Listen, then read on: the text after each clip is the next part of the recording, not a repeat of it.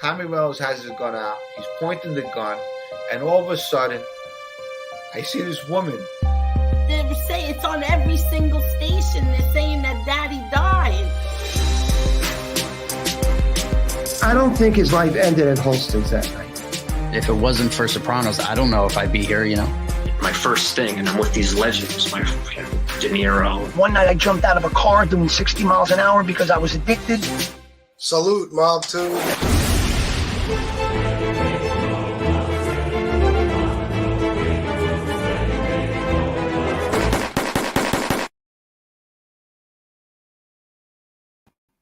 Salute, MobTube. How's everybody doing today? Let's see. Who do we have here? Only 15 so far. That's okay. Miss Can't Be Wrong, Brooke Lynn, Dave, Mark Thomas, Mini 560, Jesse Roth, Sven Larson, Addie's mom. Oh, thank you for becoming a new member. I appreciate that very much. Christopher Drager, you're... Let's see. Yeah, unfortunately, I had to be a few minutes late. I was on the phone for about 3 hours today, and I had to shave my head and do all that stuff, so you know. But here I am. Michael Hensley, we love you too. Robert B., hello. Dave said, Semper Fi to all my devil dog brothers. Yeah, man. Happy Memorial Day to everyone, of course. All the brave men and women who have fought for our country. Some of which lost their lives in battle. Let's see. What else we got? War, did I shout you out? I better have.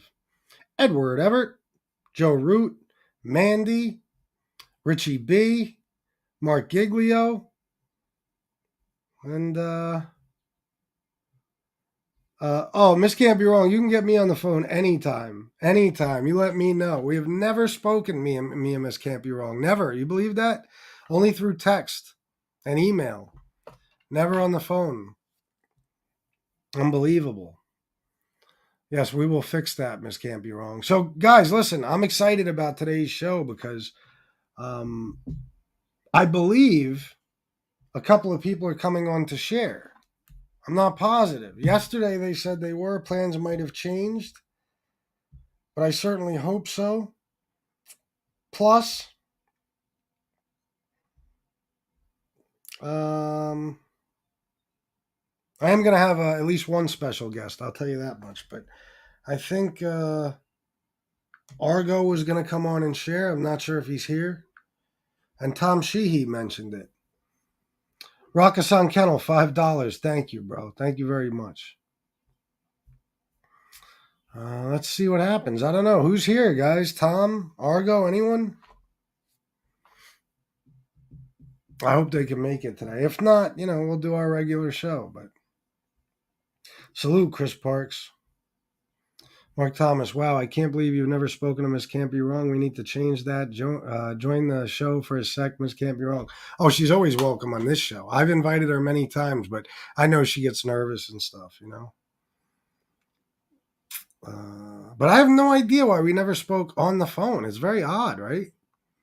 I don't know why. I guess just the way things worked out. I don't know. But I consider Miss Can't Be Wrong a valued friend. I should say valuable friend. Who helps me greatly and has become basically the producer of this show. Guys, hold on. I got to let my stepson in.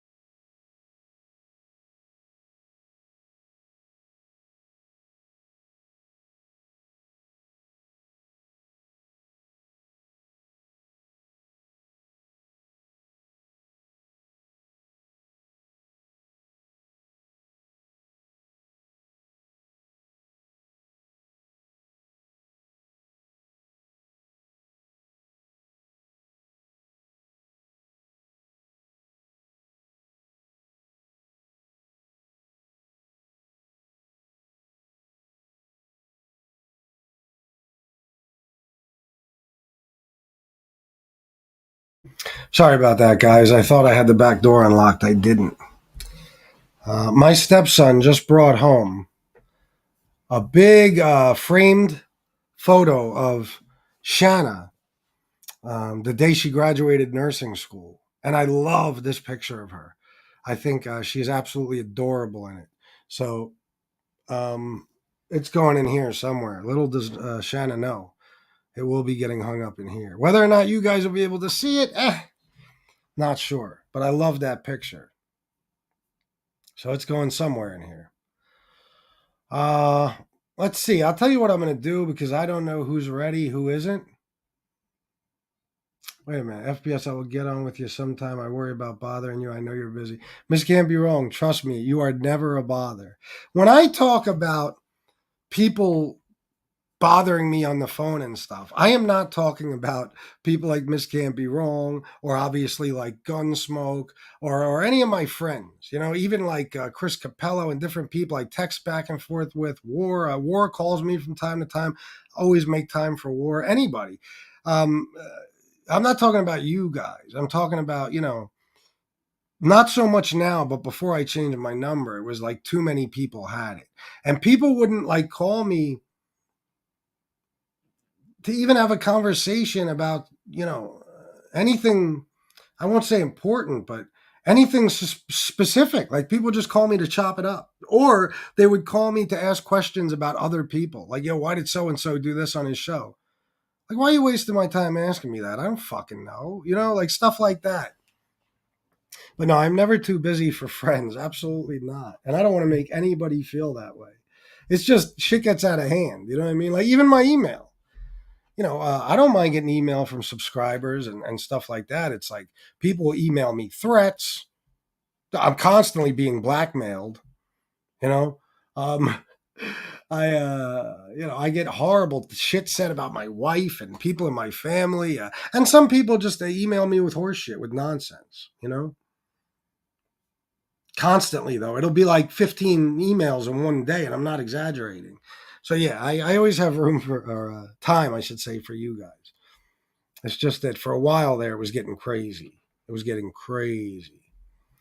You always answer when I call you, FPS. Oh, yeah, Dave and me talk on the phone all the time. All the time. Love the guy. Anyway, this is what I'm going to do. I am going to drop the link right now because I don't know if Argo is available or if Tom Sheehy is available. I actually texted both of them. I didn't hear anything back. What's up, Drager?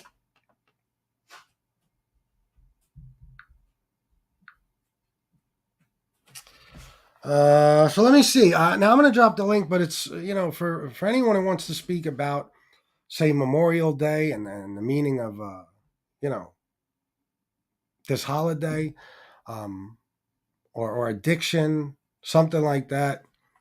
I don't want to make this a 5-hour show because I, as usual, have things to do. So I just want to make sure, you know what I mean, that we get some people up here, hopefully to share or to, you know, to speak about the meaning of Memorial Day and what this weekend means to them, stuff like that. Because even though it's an addiction recovery show, we can't forget what this holiday is all about. You know, so I'm going to drop the link.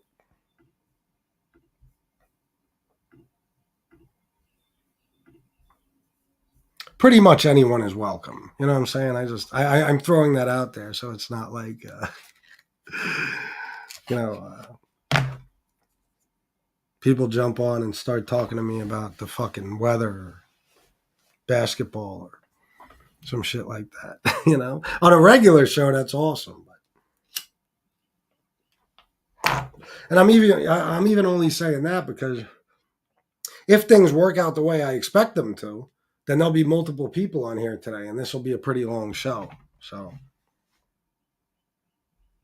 we'll see what happens. We'll see if anybody even grabs the link. If not, how dare you? Tom Sheehy said, what the fuck? Hold on.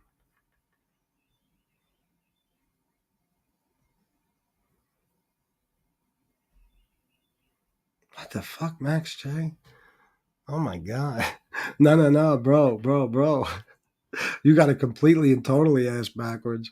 I was smart enough to make a better way so that I don't ever have to go back to that factory, dickhead. Sorry, it didn't work out for you the same. Here's okay. We got two people. Let me bring on a special guest right here. This might be somewhat unexpected. And then we got Robert B as well. Hello, Don. Uh-oh.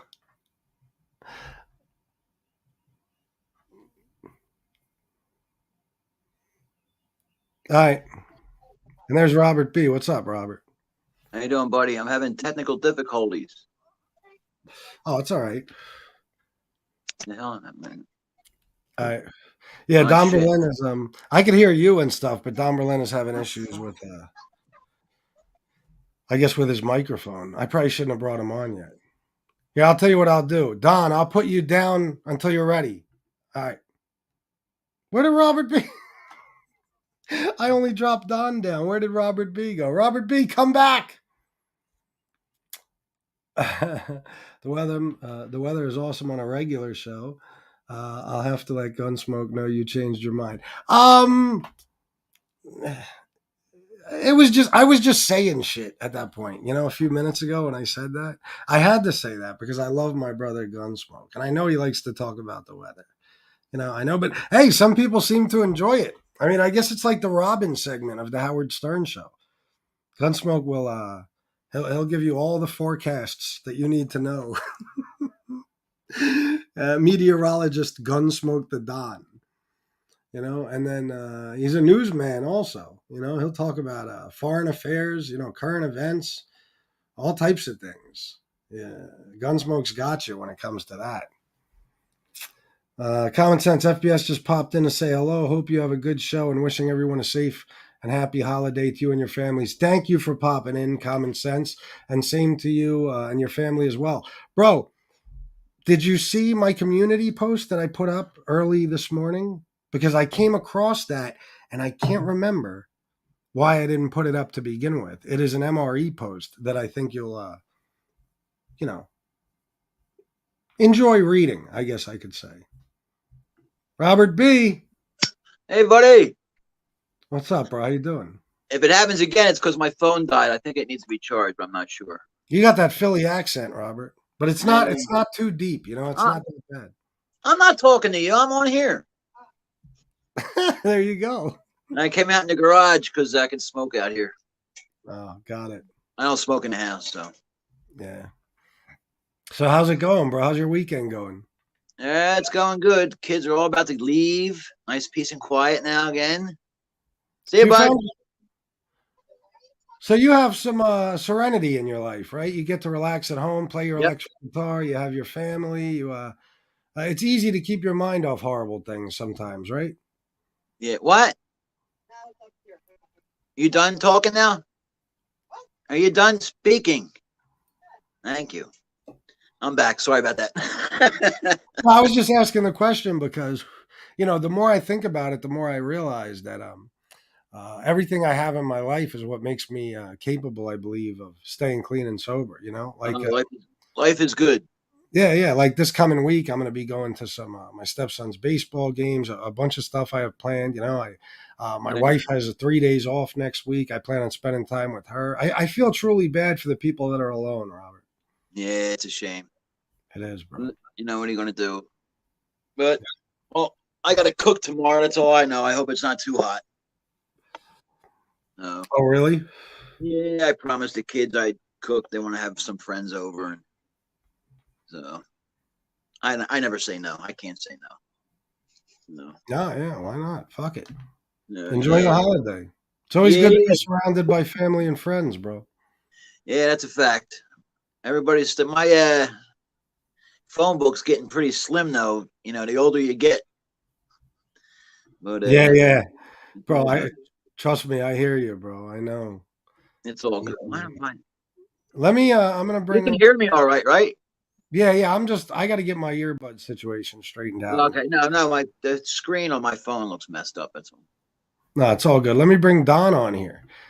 Don Berlin, how are you? Hey, how are you? Can you hear me okay now? Yeah, now you're nice all to good. meet you, Don. Yeah, nice to meet you. Nice to meet you as well, Robert. How are you doing? Doing good. Yourself? I watched. I just want to say for a moment, I watched you yesterday on the show, Oh, and I can't tell you how moved I was by your comments and your share. They really reminded me, most especially about what my life was like when I was sober that long, and particularly what was memorable. And this is a long story, but I won't bore you with all the details. But when you were playing the guitar, oh um, God. yeah, That was a yeah, bad exactly. example of my playing. I know. It took me back on this Memorial Day weekend to when I was in Afghanistan. I was at a place. I was on a base. It was called Green Village, and it was my first tour. And there were four guys in Green Village. And the reason why it's called Green Village is in the madness of war, it had lawns in the park area and this enormous base, which was on the west side of Kabul airport. And there's these four guys who were fantastic at playing the guitar. Okay. And one had an electric guitar, one had a bass guitar. There was just four guys on the bass that played their guitars. And it was Memorial Day weekend. And I was kind of like looking at them and what have you. And suddenly the four of them broke out with the original song of the movie MASH. Okay. Yeah. Oh, really? Oh, Yeah, wow. yeah. So, but what they had done is they had rewritten the words to fit the conflict in the war in Afghanistan. So while they're playing the song, suicide is and so on and so forth. Yeah. I was looking up into the skies, and during that particular time, the injured and the dead were removed first from on the Sikorsky helicopters to Kabul airport, where they were oftentimes moved from there to Bagram Air Force Base and then on to Germany. These Sikorskys would sit up in the sky going around in circles waiting to come down because Kabul airport is at 6,800 feet. Okay. So you couldn't come down right away. You had to be careful of missiles and RPGs and what have you. And meanwhile, these four guys were playing their guitars, kind of like the way you were playing yesterday, So I looked up into the skies and I saw these helicopters, bringing in the injured and the dead. And I said to myself, but these guys, Robert, it was so surreal because as they were playing their guitars and what have you, there was nothing in their voice and their inflection, in their, the spacing of the song that was broken at all. Okay. Yeah. And I said to myself, this is what the definition of the normalcy of war is. Listening to these four guys, playing their guitars while the dead and the injured were coming in. So when you were playing yesterday, it kind of reminded me of that scene in 2008 and what have you. And then when I listened to you, I just thought, God, what a story. So thank you very much for your service too, Don. Yeah, you're welcome. Thanks for your service. Welcome. I appreciate you saying that. Thank your family. Yeah, that's you took the words, Robert, right out of my mouth. I think Robert heard you say that. Yeah, before. Oh, did you? Yeah, right. I always say that. I don't thank me because I'm not the one to thank. Thank my family. Thank my wife.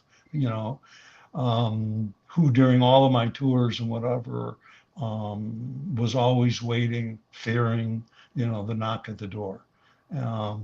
And that's what all Gold Star families, ultimately, fear. Yeah, I used to love hearing the stories my grandfather would tell, from being over in the Philippines.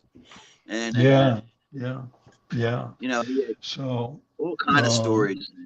Yeah. My uncle, on the other hand, he was a Marine in Vietnam, and I've never heard him speak about it at all. He won't talk. That is not uncommon. It's a very good question, Rob. I don't know why it is so difficult for some to talk about the events and what have you, and difficult for others. What I can say is that people coming back from Vietnam were treated enormously different than we were treated coming back from Afghanistan. You know, remember, I was always a DOD, IC, DMC, which means a direct military, you know, contractor for the community. So I wasn't in the COCOMs, but so the COCOMs, for people that aren't aware, the COCOMs are the Army, the Navy, the Marine, you know, the Air Force, the Coast Guard. Those are the COCOMs.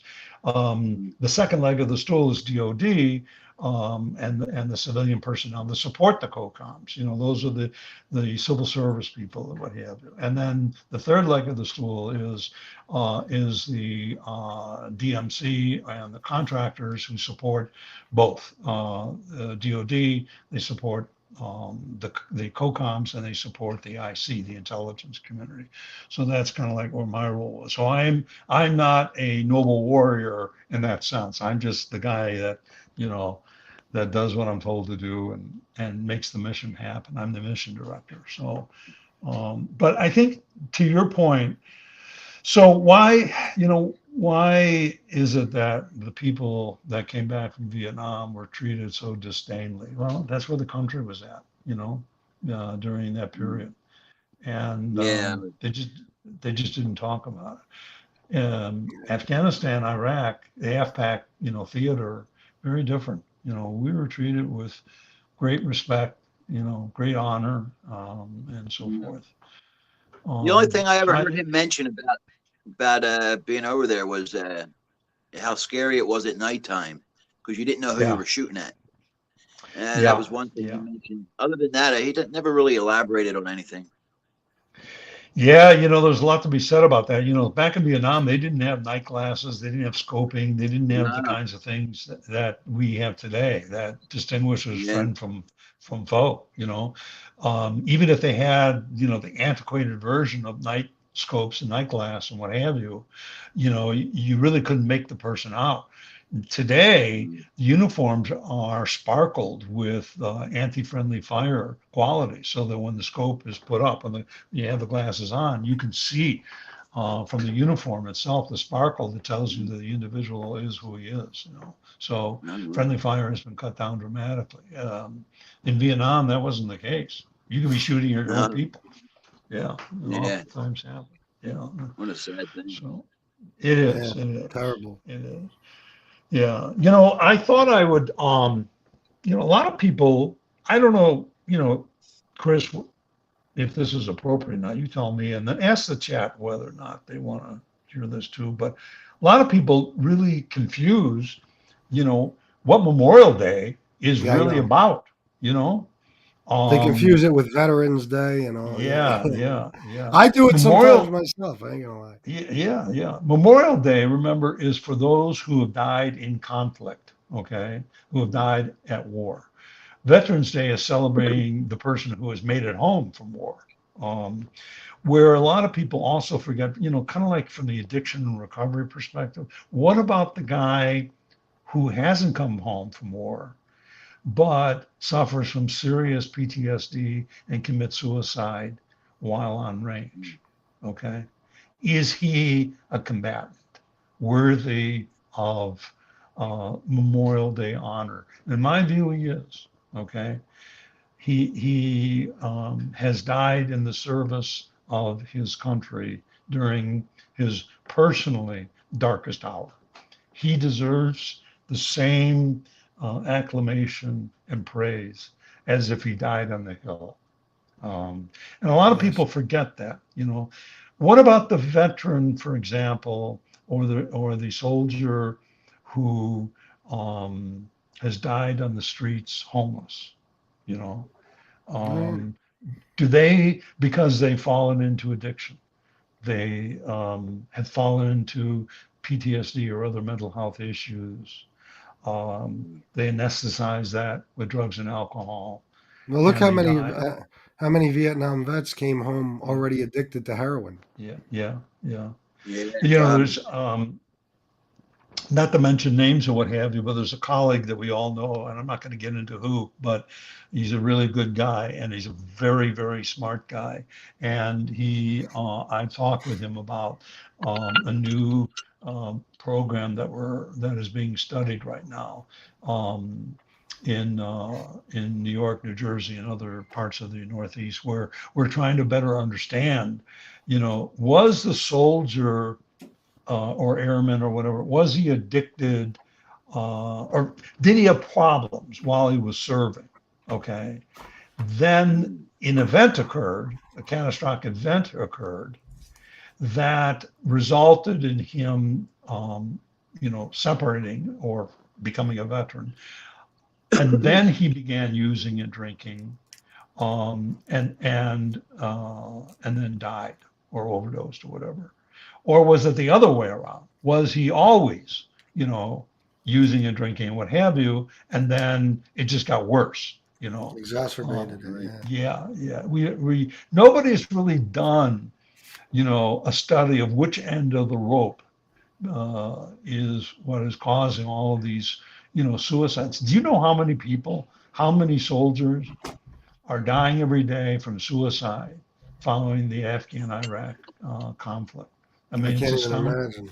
It's unbelievable. And a greater majority of them are the fentanyl cases, of God, course. it's so sad. Yeah, it's unbelievable. But anyway, what I was going to say, and I just want to interrupt to say break for a moment. I am supposed to co-host with Jimmy at 5:00, his program. I don't know if that's going to happen or not. So I got to jump off at 5. But if it doesn't happen, I'll come back. If it does happen, you can catch me over there either live or on the replay. So Jimmy can wait. I got Jimmy and he can may. wait. I can't see him right now. I was looking to see him. But I was saying before we were talking about, what the history is. A lot of people are interested in the history of Memorial Day, how it all began, because it is so misunderstood. So I didn't have this put into a film. I wanted to, but my colleague, Colonel Edward Reilly, who helps me produce them, he's at his son's wedding, so he couldn't make it to help me. But I'll read the script, okay? So here it goes. Are you ready? Is this the one from last year? No, it's a different one. Okay. All right, It's a different one. That's the Veterans Day one. I didn't do one. Oh, that's right. Okay. Yeah, right. So 3 years after the Civil War ended, on May 5th, 1868, the head of an organization of Union veterans known as the Grand Army of the Republic, or GAR, established Decoration Day as a time for the nation to decorate the graves of the war dead with flowers. Major General John A. Logan declared it should be on May 30th of every year into eternity. This day in May was designated for the purpose of strewing flowers or otherwise decorating the graves of comrades who died in defense of our country during the nation's greatest wars and whose bodies now lie in almost every city, village, and hamlet churchyard in the land. In 1968, Congress passed the Uniform Monday Holiday Act, which established Memorial Day as the last day in May in every year in order to create a 3-day weekend so families and friends and colleagues could gather and pause. This change went into effect formally in 1971. The same law also declared Memorial Day a federal holiday. President James Garfield once shared, quote, "For the love of country, they among us, a father, a husband, a son, a friend, accepted death, and thus renounced all debts and made immortal their patriotism and their virtue." And so as a country and as a people, we owe an unpayable debt to our fallen heroes that we as free people can never fully repay. But my friends, as the sunset falls and the bugle plays, We bow down before our Maker and remember not the words of our enemies, but the silence of our friends who served us well. Wow. So that's my Memorial Day message that I wrote last That's night. powerful. You know, That's yeah, powerful. yeah. Thank It you. is. Thank you. You got to kind of write a always- book, Don. Hey, listen, this guy is not in the book writing business. That's my wife. You're confusing me with her, which, by the way, I do have news, and that is she signed her contract with her publisher. Oh, really? So, yeah. Wow, that's great. Congratulations Yeah. to Kimberly. Well, That's congratulations. fantastic. Yeah. It's amazing. It's amazing. And I'm glad it worked out. she interviewed about, I'd say, like roughly 20 different publishers that all accepted her manuscript. Compared to a lot of them, 95% of the manuscripts they go to publishers are summarily rejected. But she interviewed a lot of them, and that's when she went with one that they Next signed stop on. is New York bestseller, right? That's what I think too. That's what Absolutely. You know, Kimberly might be the most popular person on MobTube, just so you know. That's what I think too. Well, she's the most popular person in my life anyway. Today has not been a good day at Stately Berlin Manor, let me tell you, because God. Number one, Lila the dog, who's an 8-month-old puppy. I don't know where she is, but usually if I can't hear her, it's trouble. So I don't know how she's able to do this, but she's able to jump up on the pantry door and pull the lever down, and she goes into the pantry and she grabbed a large bottle of Italian olive oil in a large bottle. Oh my God. Yeah, that's correct. Oh my God. That's correct. That's and then a dragged it fucking across the nightmare. table.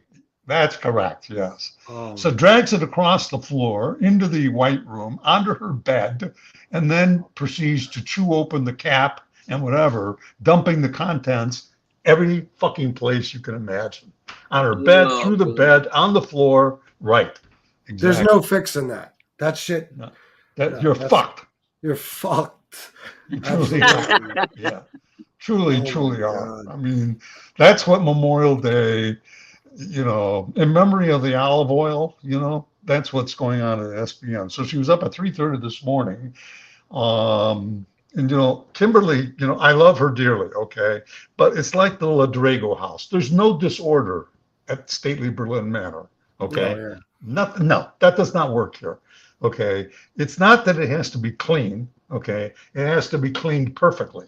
So, I'm OCD here. Here's my wife. yeah. Somebody correct. takes a jacket off and drops it. I can't stand that. Oh, yeah. I can't stand it. And I'm always You feel vacuuming my- because I like the lines in the carpet. So your wife is the messy one, Robert? I plead the fifth on that one. Gotcha. Yeah. Let's just So- say clutter isn't my friend. No, nor is it. I don't mind a little bit of mayhem and misery. I should tell you my desk here. It's not. I mean, I know where everything is at, but this would not be the desk that Kimberly Berlin would have, or the house. So when tragedy struck with the olive oil bottle, it just like upended our Memorial Day. So I've been basically, doing chores around the house, trying to make myself useful. I was wondering why when you told me that, I was like, he's doing chores. For some reason, I don't picture Don Berlin doing chores, but I knew there had to be a good reason. Yeah, that's a fucking nightmare. Oil will ruin anything like forget that. That shit, yeah. Especially Italian virgin olive oil. The viscosity of it is so thick you can't get it out anywhere. I mean, yeah. Right. Now the floors look wonderful. I mean, they polish the floors well, but the problem is that we have several dogs. Okay, so now in addition to Lila the puppy, making whatever, the other dogs then they begin to lick the floor. Okay. Oh, of course. Yeah. Right. So I got to deal with that too. So anyway. And if they slip in it and they get it all in their fur, then they run around the house and drag it everywhere else. Yeah. Or then drag the bed. If they lick She dragged up the of bed. it, Say it again, I'm sorry. it's not going to be fun when they have to go to the bathroom either. No. Common Sense wants to know if your dog is Maltese. No, golden retriever. We have 3 golden retrievers. Okay, all of them are which are rescues. I used to have a I think that's a shot at Tony Pizza. Right. Yeah. Exactly. So anyway, so Robert or Bob, is it Robert, Rob, or Bob? Which one? Bob's fine. Bob's fine. I just don't know how to. So I'm telling you, I don't know how to change things on the computer, so it came out. My daughter put it that's in right. as Robert B. That's all right. That's all right. I We'll just call wanted you to- Bobby B. From now on, we'll call you Bobby B. I just wanted to call you by the right name. So yesterday you were sharing, like you were sober now for 21 years and what have you. So Yeah. I'm sorry. Go ahead. No. Go ahead. Oh, so I was just did agreeing. you come? Yeah. Oh, I see. Okay. So, did you come in through treatment, or tell me how you? I didn't get that part of the story. But did you come in through treatment, No, or how did you I come? went into detox and then rehab, but Got, because my dad had been through it, I was familiar with it already. And, got it. Naturally, he's who I called when I was ready. And Yeah. apparently he was waiting. He was waiting for the call. He knew it was going to come eventually, but thank God it did. While he was still here, he got to see me get sober. And he passed Well, away that's, 2007. So I'm you sorry were to- sober. You were sober when he passed away. Oh yeah. Yeah, I got sober in 2001. Isn't that the most incredible part of the story in many respects, that he was able to see you sober, after so many years? Yeah. Yeah. Absolutely. And then we got to spend more time together, and Yeah. we did a lot. We did a lot together after I straightened up. Yeah. Because he was Yeah, always you know wanting, what? he was always wanting to make up for my childhood, which I told him Right. was ridiculous, because as a kid, I didn't know he was doing anything wrong. So Right. me being in the bar rooms or being out with him, I saw that as just me being with my dad. I didn't know he was doing anything wrong. So when he got Right. sober and tried to apologize, I told him no apology necessary, and Yeah. but he's always trying to make up for it. And then of course when I Yeah. finally got sober, and, brought Yeah. us kind of back together again a little bit. Right. Right. As we Well, addiction, it drives a wedge. It's kind of like I'm sorry, I can't tell if it's No, Go ahead. Go ahead. What's wrong, Robert? no, I can't tell if how I'm coming through sound wise. That's all. I don't want to interrupt anybody. No. You're good. You're good. I don't think you have a Yeah. delay or anything. You've been doing Mm. fine. No, I hear you clearly. There's maybe a half second delay, but no. What I was going to say was that in one sense, it's kind of like the ultimate amends to your dad, that that you could be with him and that he could see you, sober. It's the ultimate amends, And in my story, my dad died when he was very, very young. He was only 50 years old. I was a young kid, shithead kid, and I was clearly still using and drinking when he passed away, and it only got worse after he passed away. But I never was able to be sober in his life. It's probably one of the regrets that I have. But how I reconcile that, in sobriety, is that each day I know in my heart that he looks down upon me and says, good job, Yeah, definitely. So, yeah. And that's my living amends to him, is that I remain sober today, for him. Is that a right reason? Hey, you shouldn't. If it works, you shouldn't. Yeah, exactly. You should be sober for yourself first and foremost. Right. And by being sober for yourself, you can help untold number of others. If you can't be sober for yourself, you can't be sober for anybody else. Jesus, it's 5:02. Listen, I apologize, but I made a promise to Jimmy. That's all Let right, me guys. bounce. Okay, let me bounce, and if that doesn't go on, because I don't know if it will or not, but if it doesn't, then I'll come back and just listen in. Okay. But let me All right. bounce for now. Okay. All right, bro. Robert, Thanks for I'll coming talk on, to you bro. soon. God bless. Bye. All right, see. Take care. All right. Yeah. Don, Good I man. knew he might. Yeah. Oh, he's a real good guy, man. He is, bro. He's a good man. Yep. I'm glad to have him on today. So, Robert, what do you think, bro? I don't know if anybody's coming on to share today. It might just be me and you chopping it up for a little here. I don't know what's going on. No, I don't know. Didn't Tom Argo? he said he was Did going Argo to want make to it. share or something? No. Let me see. I'm going to ask him now. He said he was going to come on and tell his story, so we'll see what he says. If not, there was something I was thinking about bringing up today, Robert. That story I told yesterday, about everything that took place and the tragedy and stuff. I had a long conversation with someone today that kind of opened my eyes a little bit to what you have to do in a situation like that, especially when it comes to trying to stay clean and sober. And it's a several step process, I guess you could say. But the person I talked to suffered a similar type of tragedy in their lives. And there does come a point when you have to let everything go. You really do. No matter what it takes, you got to put all these things behind you, because if you don't, it'll eat you up inside. You know what I mean? And when it comes to staying clean and sober, it's just it's not good. It's suicide for No, and it's hard too sometimes to let things go, And yeah, bro. It is, man. It takes a long time sometimes. Some people can never do it. Yeah, I know. I was saying that the other day in the chat. You were talking about anger, and boy, I had a hard time with that in the beginning. I always had a hard time with it, but then after I got sober, I still fought with that, and that took a while to get a handle on it. I would just instantly get mad when I was younger, and I mean, bad. I mean, where you just see red, and that's it. And my dad always swore I was going to end up locked up because of it. But anger.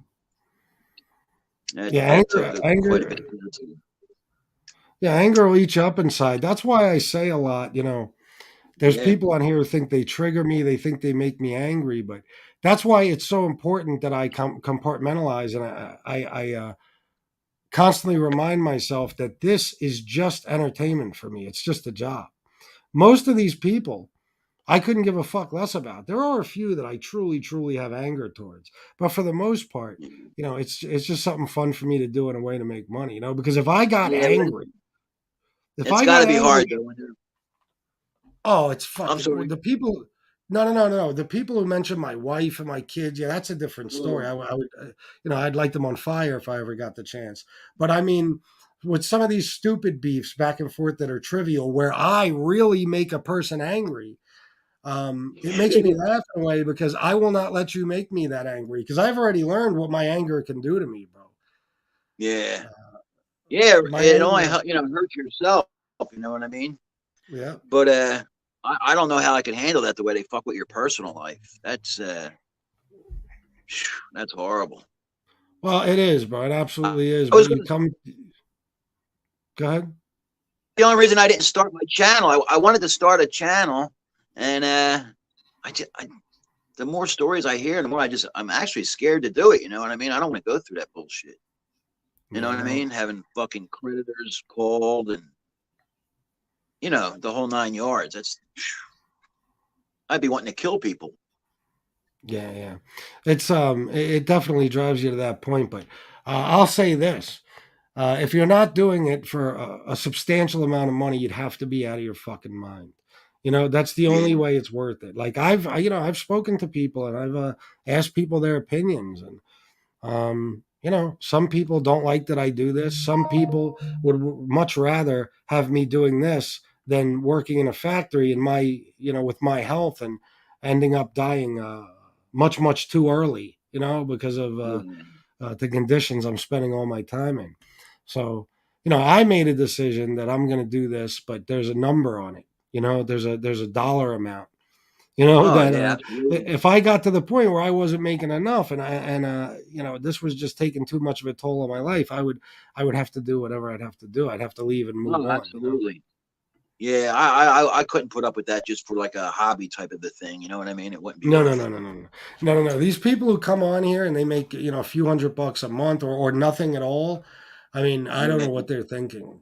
I don't know what they're thinking because I don't know. uh, unless you could somehow figure out a way to remain neutral, and that's very, very difficult on here.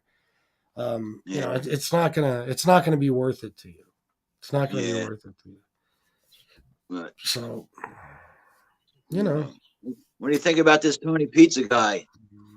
oh my God. Well, that's kind of for another show. I don't want to talk too much about him, but I will say that I listened to a little bit of him today. Yeah, I did earlier for a And couple minutes. yeah, and I will be talking about him most likely later on tonight or tomorrow. Here's Don. He's back. Hey, there you go. What happened with Jimmy's show, Don? Oh, Uh-oh. Technical difficulties. I know Don is up there in the mountains. oh, that's right. Yeah. Uh-oh. Oh, there you go. Yep. Sorry. Sorry. You Okay, had a little yeah. bit of a technical issue, but I know. I don't know what's going on. What are you doing this tomorrow? Anything?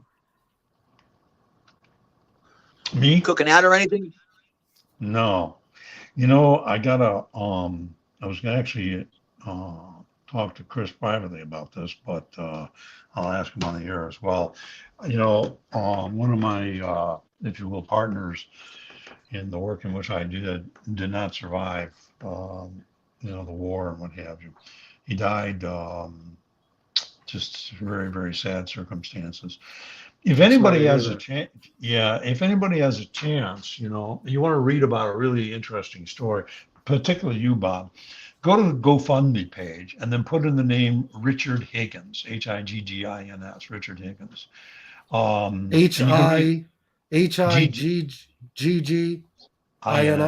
Okay, yeah, Richard Higgins, and you can see the story of my life and his life together as we served.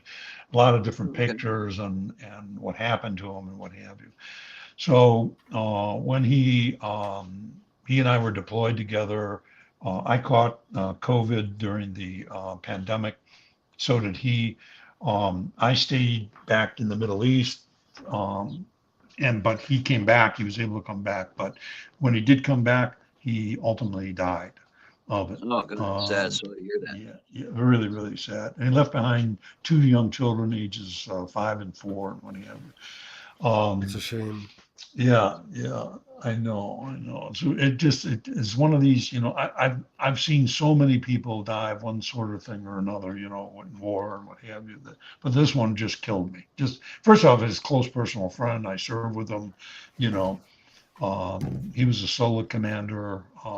He's just a great guy, and a beautiful husband, and left behind 2 small children, whatever. So I decided, with a friend of mine in the Special Operations Division of the DEA, we were going to set up a GoFundMe page, and we did, you know, for his family, and we raised like, I mean, off the books and on the books total, almost $400,000. So the story on the GoFundMe page is about Rich's funeral. So which one is it? Is it the Richard Higgins Memorial Fund? Yes. Okay. Yeah. So anyway, so it finally came about that Arlington called his wife Karen and me and said, okay, we're going to have the funeral for him, which is going to be full military honors and colors. So Chris, I don't know if you're doing anything on August. August, if you want to come. I don't know what I'm doing at 6 o'clock. I know, but if you want to attend a Arlington funeral, I'm actually giving the eulogy for his funeral. Yeah, so if you want to come, you can stay at the farm. You can come with me to see the funeral. Where? Oh, Arlington. Okay, so okay. Yeah. I'll be in Arlington, and he's going to be buried across the way from General Beasley. So we're going to be, I'll send you, if you're interested, if you want to come, I'll send you the details. I'll put you on the visitor list and what have you to come. Yeah, Tom. absolutely. I think it's, so let me look here a second here. Can I bring Shanna? Yeah, oh yeah, of course, yeah. I just have to have your details and then I'll put you on the list here. Hold on. And the let me dog. see. Huh? No. Yeah. Rusty's not coming. No, I'm not bringing Rusty. Rusty can play with Lila. Rusty could stay here with my mom, you know? August 18th, write it down. August 18th at 1 p.m. All right, that's Very good. that's 2 days before my birthday. Really? Well, Um, maybe there's a Maybe message here. maybe I'll be spending it in Arlington, yeah. Yeah. So August 18th at 1 p.m., Richard Thomas Higgins will be interred at Arlington Cemetery with high military honors, which basically means he'll be on a caisson and they'll play taps and that kind of stuff. That Everyone reminds should me. like- I'm sorry. No, I was just going to say. It reminded me when my grandfather died. I had forgotten all about it. He got buried at our church, but they had the military, guys come out and do the whole thing with the flag over the coffin and all that. I had forgotten about that until you mentioned the Arlington thing. Yeah. I forgot. Yeah, so was he married at, was he buried at like the church cemetery with full military honors? He did it there. That's unusual. That is unusual. Yeah. He stayed in the service. Chief Warrant Officer. Well, he stayed in the service as a civilian too. As a civilian job he had in the service. I mean, did it all his life. And so that explains it. Yeah. Yeah, and Michael checked me here. He is correct. I would be honored. I would be honored to attend something like that. No, Shanna would too. Yeah, no, I can actually tell you for sure she would. She has family, that was. Yeah. Sorry. So, and you know what I'll do? I'll bring you up to the, it's called the Ledge. Very, very few people know about this. Okay. I'll even see it on the air. Okay. So what is the Ledge? So where John F. Kennedy and Jacqueline Kennedy, and of course, Patrick Kennedy are buried with the eternal flame is on the base of the house, that the Robert E. Lee house. Okay. And normally everybody goes to see that and is, appearing, if you will, right in front of the eternal flame where you can, you can see both of the grave sites and what have you. And then off to the side, if you will, is where Robert Kennedy is buried. So, but when you do that, you don't really get to see much because it's very crowded and what have you. The guards are there and so on and so forth. So you don't see much. But there's another area that if you walk up the sidewalks next to where where President Kennedy is buried, there is a berm that is right beneath Robert E. Lee's home. And you actually look down upon the grave. You're about 50 feet up above the grave, overlooking all of the expanse of Washington, D.C., and seeing down the entire national parks and so on and so forth. So that's where I'm going to take you and Shauna. After the funeral, we'll go over there. That would be fantastic, Don. Yeah. And then I can show you we can go up to where Robert E. Lee's house is at, and then, the tomb of the unknown soldier is nearby. We can go over there and what have you. And since I got my badges and tags and what have you, I can take you actually in and around, I just got to get you on the list and what have you. So we can plan for it. That's amazing. Yeah, that would be incredible. Yeah. I can't wait to tell Shanna about that. Yeah. So mark it down, August 18th at 1 p.m. And then I think what they'll probably do, is it'll be, because this is the way they normally do it, is, we gather then, and then there'll be the service. I'll do the eulogy. There'll be a couple of other people, whatever. But it's going to be a TAPS funeral. So in other words, it won't occur. The interment part doesn't happen until sundown or thereabouts, Okay. you know. Yeah. So it'll be a long day, but we'll do it. And Sounds good to me. It'll be great. It's funny, the 18th has been a special day in my house. Everything that has happened happens on the 18th. My wife and I will be married 30 years, September 18th. Yeah. My youngest daughter's birthday is October 18th. My oldest daughter's birthday is February 18th. I mean, everything seems to happen on the 18th for me. Yeah. It just made me think of it when you said that. That's all. Wonder if that's numerology. I don't know. Yeah. I don't know. Guardian of the Night, thank you very, very much, my friend. Thank you. The other thing I'd like to talk about, I guess, in the context of addiction recovery and what have you, is a lot of people, like, I don't know about you, Bob, but like when you went into treatment and what have you, did you get the sense, I mean, like, did you like come in having lost all of your trust and all of your faith and what have you in others, and have difficulty taking that first step because you had lost trust or faith in both yourself or others that you could be, even helped? Did you experience that? No, I don't think I did. I just felt more like a failure myself. You know what I mean? And I wanted to change that. And but see, because my father was in the program, I mean, I was aware that it was a disease and the whole 9 yards. So I mean, I had a little bit different perspective about it when I went in. You know what I mean? I knew as long as I was willing, I knew I would be helped. Yeah. Probably because you had the fact that your dad was in recovery and what have you, and kind of like knew that maybe one day you would, do that yourself or land up dead, one of the two. He was there for you. When I think back upon my anniversary day is Christmas Day, 1989. So a few yesterdays, if you will. Both of you and I, Rob, we all three of us really, as well as a lot of people in the chat, we all have many yesterdays. None of us have any tomorrows. And God willing, we'll all make it through today sober. So I don't count yesterdays. I don't believe in it. So there are some days where I'm talking to a friend on the phone and I feel like I'm only 30 minutes sober, and as opposed to 30 plus years. And there are other days when, when I look back on, I remember that day in Christmas Day 1989 like it was yesterday.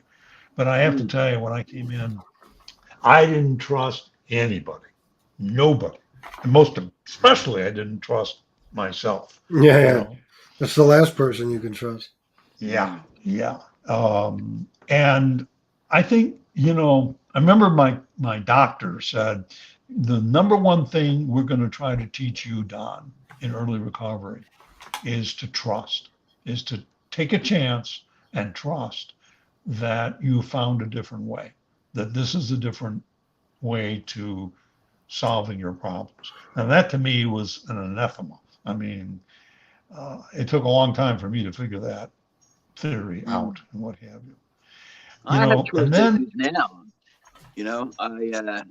It's usually when it comes to people. I mean, more than not, I've been let down. You know what I mean? You put your trust in somebody, and then eventually they show their true colors. And I'm usually a pretty good judge of character, but there's been a few times where I was really let down. I mean, heartbreakingly let down.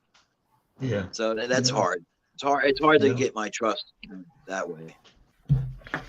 And I was talking to somebody else recently, and I said, maybe the message here out of all of this, whether it is MobTube, addiction recovery, other mediums or whatever, you really do get to know who your friends are, and you get to know the ones who claim they are your friends but really are not.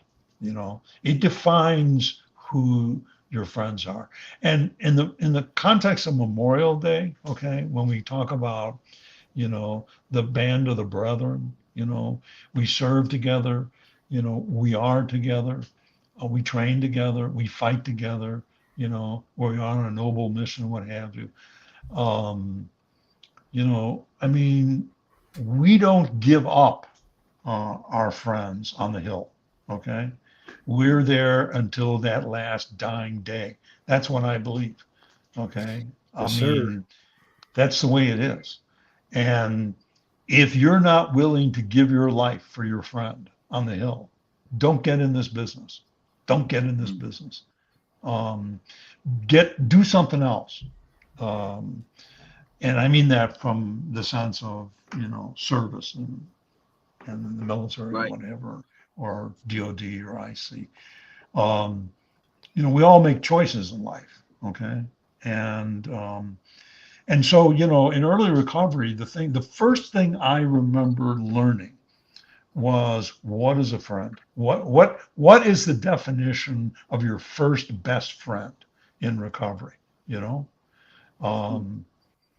and I've said this before on this program and other programs, or whatever. My definition of it is that person who brings out from within you your very best about yourself, your best love, your best sense of self-worth, your best feelings about yourself, your others, and your world. Okay, that's your first best friend. You know, and who is your worst enemy? It's that person who brings out from within you everything you hate about yourself, about your life, about your world. That's your worst enemy. And boy, that's the guy to run from, you know? So that's just kind of like my Memorial Day message on friendship and whatever. I agree. It's a good message, Don. Definitely. It's a shame more people don't see it that way. That's a fact. Yeah, I mean, there is that, you know, that is true. That is true. I got a buddy. We've been friends since, I mean, the playpens. I mean, all our lives. Yeah. And he also had drinking problem. He's sober now, thank God. And I mean, I stuck with him the whole way through. He a couple years ago ended up in the hospital and had the beginning stages of wet brain. And Oh my God. that didn't stop him from drinking. And then he broke his foot a couple of years ago and almost lost it, and because of the way it was healing. And he finally quit. I mean, he broke his foot due to being drunk, and you know, and he finally quit drinking about a year ago now, and he's doing great. And wow, I couldn't be happier. You know what I mean? Because that again brought us together again. If you know, I stayed with him through all the years, but man, I prayed for that day. I didn't want to lose him as a friend. Yeah. And thank God he's still here and doing well now. You know. That's good. You know, I think the worst funerals I've ever been to, or the saddest ones anyway, are the ones which are people who have died in recovery. Oh, yeah. I mean, or, you know, the relapse or whatever, or even, you know, died while in recovery. They are the ones that have died truly in recovery and then just, you know, died of natural causes. It seems to me that those are the ones that are, shall I say, well attended. Okay. The ones who drift away and died in relapse alone or whatever, these are not happy affairs. Okay. No. I've been to those kinds of funerals. They truly do not only die alone, but get buried alone. Okay. Yeah. It's just so sad. I have my uncle. Well, I call him uncle, but it was my dad's best friend since they were kids. Yeah. He got sober. He's the one that took my dad to detox, and but he couldn't get a handle on it. He kept relapsing, and I remember times my dad having to go over there because he relapsed again.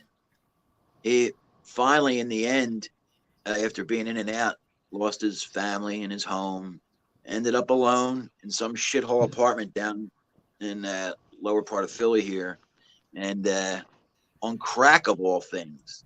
Oh. And he was a retired cop, and all, but he just could not get a handle on recovery, and finally lost it all. I mean, it was the saddest thing I've ever seen, witnessed personally, and he just could not get a handle on it. Died alone, was buried alone. Family didn't come. I mean, and isn't that really kind of like the both the blessing and the damnation of recovery and sobriety? With sobriety, with recovery, you gain back so much: your friends, your family, your colleagues, the people who love you, the people who you've gained your friendship with over the years. And when you take your last breath on this earth, okay, those people will come together with great sadness, clearly, okay, but it'll be a noble death, if you will. And yet, conversely, Bob, just as you shared, when you go out the other way, that's what the definition of alcoholism is. That's what the definition of drug addiction is. Alone, alone, and alone. 100%. It's a sad thing to witness, that's for sure.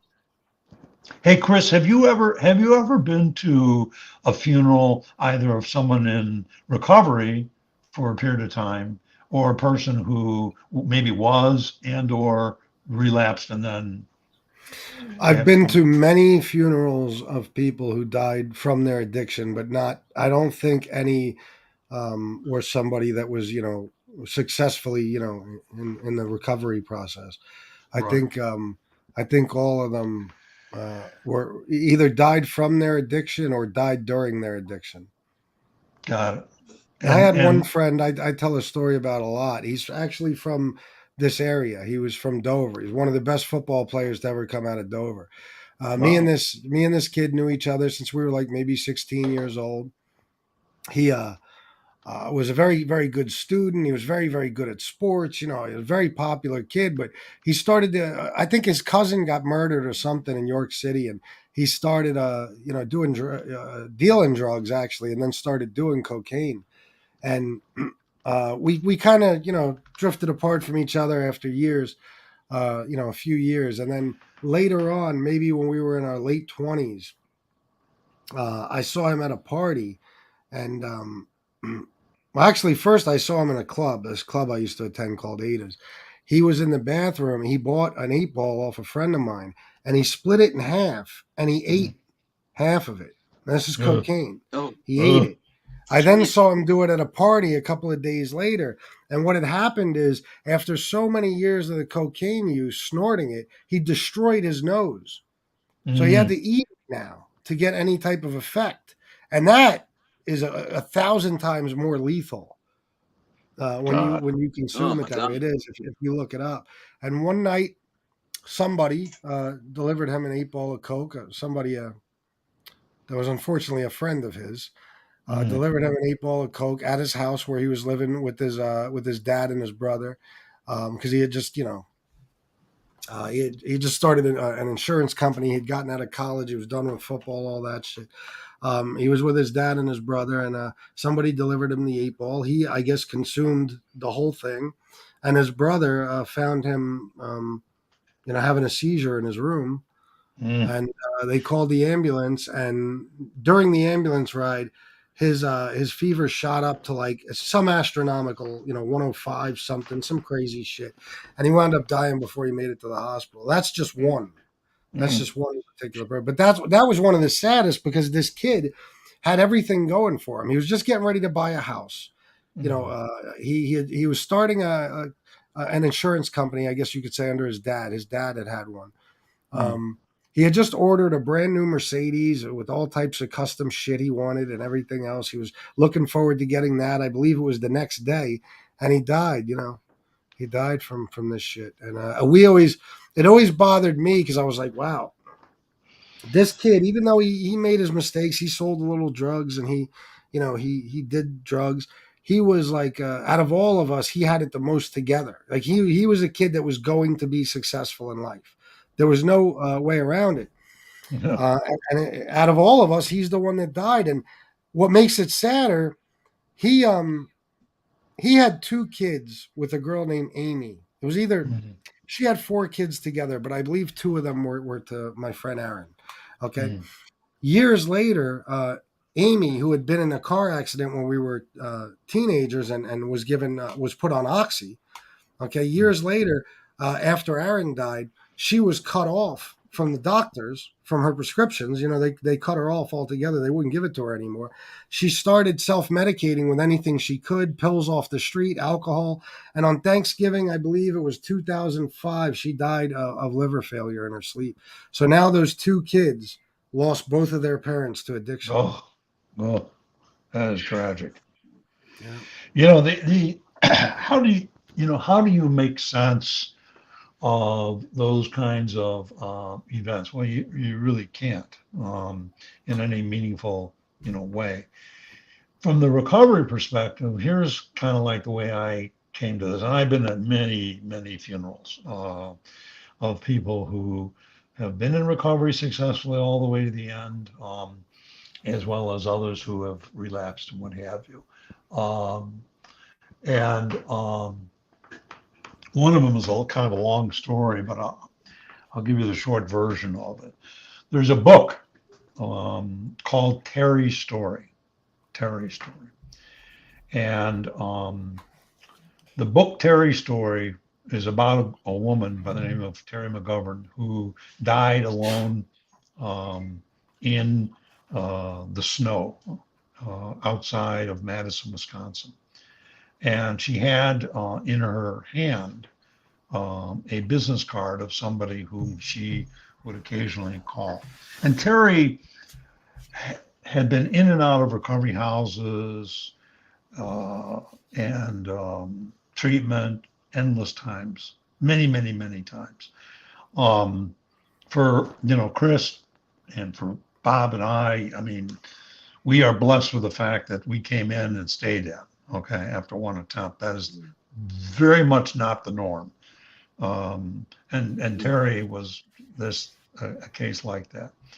So one night I was in Germany at the time, and I was on my way back. And her father called me and said, "Don, I'm sad to tell you that Terry died." And when the chaplain came to see me and gave me her belongings, the card that was in her hand was your business card. Oh my God. And she, and I would talk occasionally, whatever. Terry and I were in treatment together at the McBride Center. Terry's father was Senator George McGovern, of all people. Wow. And who was and Terry McGovern, Liza Minnelli, myself, several other people, we were all in treatment around the same time period at the McBride Center in Oconomowoc, Wisconsin. So I wrote Senator McGovern a letter about my life together with Terry, both in treatment and afterwards and what have you. He then was so bereft of grief, both he and his wife, over the loss of Terry, that he decided that he wanted to go to the home where she once lived in Madison. And in it, she had rented a room that had come down to this in her alcoholism, that she had rented a little tiny room and had a bed, a little dresser, and I think a little area or writing area, whatever. Very, very small, tiny little room in this house that she had rented from a woman from the, one of the McGovernites, that was back during the 1960s and early 1970s or whatever. Was mesmerized by having as a tenant Senator McGovern's daughter. So he shows up at the house, okay? And I'm sorry about taking up all this time, but I'll get to No, it's all right. Yeah, so she shows up and he knocks on the door. The lady answers or whatever. She looks up like at the second coming, because she grew up as one of these McGovernites in 1968, So she looks up and she says, "Oh my God, I am not worthy," And Senator McGovern says, "Hello, my name is George McGovern." And I know my daughter, lived here, and I was just wondering if I might be able to impose upon you to come and just sit in her room alone and what have you. And the woman says, nothing has been changed. I haven't walked in that room since the day she died. Nothing has changed. It's a solemn place. So he goes up to the room, okay, and is sitting in the chair and what have you, and is looking around and looks on the floor and sees on the floor this button, an Irish button sitting on the floor. And he looks at it and he says, boy, does that look familiar? And bends down to pick up the button and looks underneath the bed and sees underneath the bed George McGovern's grandmother's satchel that she carried when she came to the United States and landed on the shores of New York, from the boats and what have you. Yeah. So he pulls out this satchel and opens it up and sees in it all of these diaries that were Terry's diaries during her addiction, that she writes about the demons that had affected her or whatever. So he sits there for hours reading these diaries or whatever, and decides then and there that he was going to commit, and he did, the rest of his life to recovery and sobriety. Wow. And getting people into recovery and sobriety. So he writes the book called Terry's Story. And that's the story of Terry's life in recovery, as well as my life with her. And towards the end of the book is our time together in recovery. And I gave the eulogy at Terry McGovern's funeral here in Washington. Wow. It's kind of a long story about the funeral, what have you. But what's amazing about that story is that when I gave that eulogy, an old lady walks up to me after the funeral is over, and she comes up to me and she says, Mr. Berlin. I said, please don't call me Mr. Berlin, just call me Don. And she says, well, Don, my name is Ethel, and I'm so moved by your eulogy for Terry. She said, I only wish that my boy David would have had a friend like you to give a eulogy like that. And I said, ma'am, I'm so sorry this happened to you. And she said, so am I, and it's changed my life more than any other death, and I've experienced many. And that woman's name was Ethel Kennedy, and her son was David Kennedy, who died in Florida. Yeah. So that's what the book is about, Terry's Story. If you ever have a chance, get the book Terry's Story. It's an incredible story about recovery, yes, okay, but it's also a story about what we learn from the people who have died in recovery. I learned more about my own life and addiction from the people who have died than I sometimes from the people who are alive, because the people who have died are the saddest cases. They can't speak for themselves. They really can't. So that's my story about Terry's Story. That's unbelievable. What a life you lived, Don. Yeah, well, sort of incredible. But get the book. Anybody who is in recovery, get the book online. It's available online. Just look up on George McGovern and Terry McGovern, and get the book and read it. It's an incredible book, because basically the book is about Terry's diaries, and her struggles and her demons, and what a parent goes through when they lose a child to recovery, and the recriminations and the self-blame and everything. It's terrible. Oh, yeah. I can't imagine losing my kids. Jesus. Right. It's the worst thing a person can go through. Yeah, I don't think you ever recover from something like that. No way. Not possible. I mean, I guess it is possible, but Not to interrupt you, but wasn't McGovern the one that there was an assassination attempt on him? No, that was Gerald Ford was the assassination. No, I thought Yeah. it was McCarthy. He ran against Nixon, right? Yes, yeah. But my recollection, I don't remember him being the subject or target of an assassination. Not George McGovern. I do remember Squeaky Fromm having tried to assassinate Gerald Ford. Yeah, I remember that. Yeah. Yeah. Well, I thought there was an remember- attempt on McGovern too. Maybe Huh? I must be remembering it wrong. I thought there was an attempt on McGovern, but I don't remember that. I could be wrong. I don't really. One second. What the hell happened? Wait a second. Stand by. You take over, Rob, for a second because Lila. Did you hear that bang a minute ago? Yeah. Hold on 1 second. Stand by here. All right. God.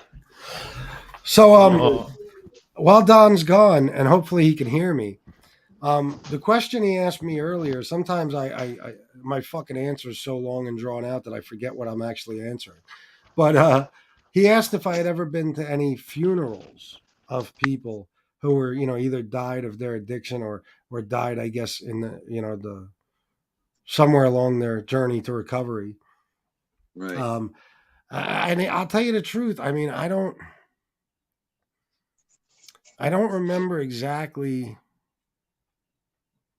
I was at the funeral of a friend named Derek who actually took his own life while he was suffering some addiction issues. Another friend of mine also, he was an opiate addict. That we didn't even know that, by the way. And then one of my friends, who was a UPS driver, actually found him hanging in his apartment. He killed himself. I was at that funeral. I'm trying to think if there's anyone who just OD'd or anything, because I'm going to tell you the truth, man. After a while, I stopped going to funerals. It was too fucking much. There was a funeral every week, and I stopped going. But a couple of them, yeah. What he's saying is true. It's incredibly sad. Yeah. Whether there's a ton of people there are only a few people show up, like family. It's incredibly sad because most of the time it's, if you think about it, bro, drug overdose or anything like that, it's a senseless death. It's not like you lived your life to the fullest and something just happened. It's something that is totally and completely preventable. Absolutely. If somebody would have just gotten treatment or something. But what the hell happened to you, Don? Exhibit A. My most Is that damaging piece of evidence. Okay. Now, Oh my God, stand by. oil. Stand by. Okay. Your hair got all fucked up and it looks like you cut your head. What happened? The culprit, right there. Oh my God, look at you. Yes. What's her name?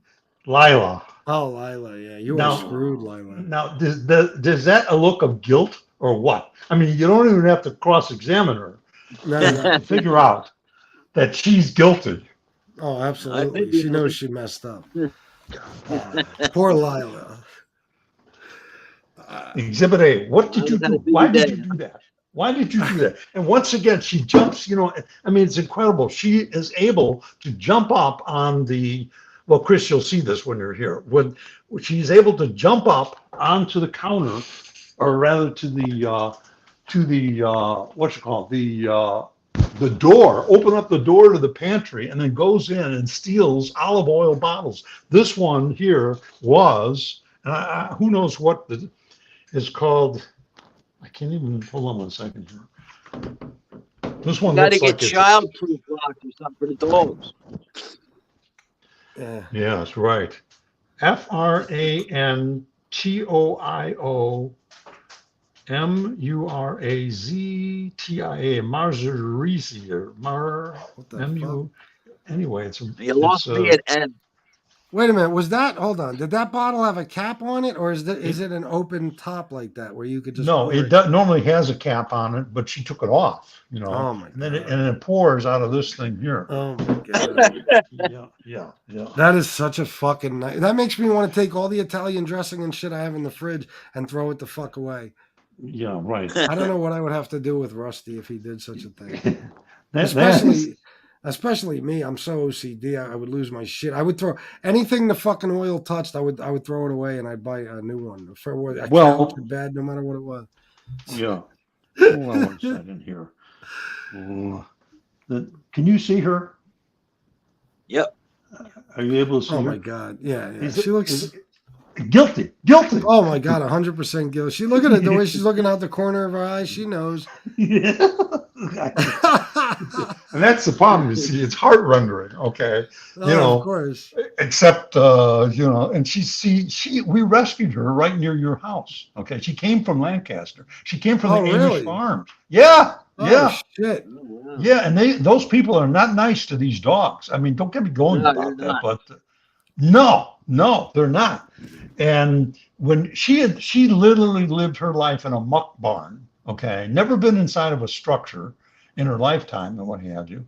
And so, that was her life until she showed up here and we rescued her. So she's only 8 months old. So, she's a challenge to say the least, but she's really, really sweet though. And she's come a long, long way compared to the way she started, I mean, how do you complain about that? You can't even yell at her. You can't look at her. She's you could see the remorse, how bad she feels. I know. And then if you want to really fuck things up, look at this, okay? Lila, did you do that? Look, her eyes. Did you do that? Why did you do that? Why? Bad girl. No good. No good. Hold on, let me take this comment off the screen so you can see better. Oh shit. Oh, here, let me do it. Hold on. Listen, Don, I wanted to hold on. Let me take that off. All right, go ahead. Why did you do that? Why? Not good, Lila. Not good. We're in the middle of our TV program. Suddenly I hear this bang, and it's you breaking into the pantry again. Okay. All right. That's horrible. I feel so bad for you and Lila.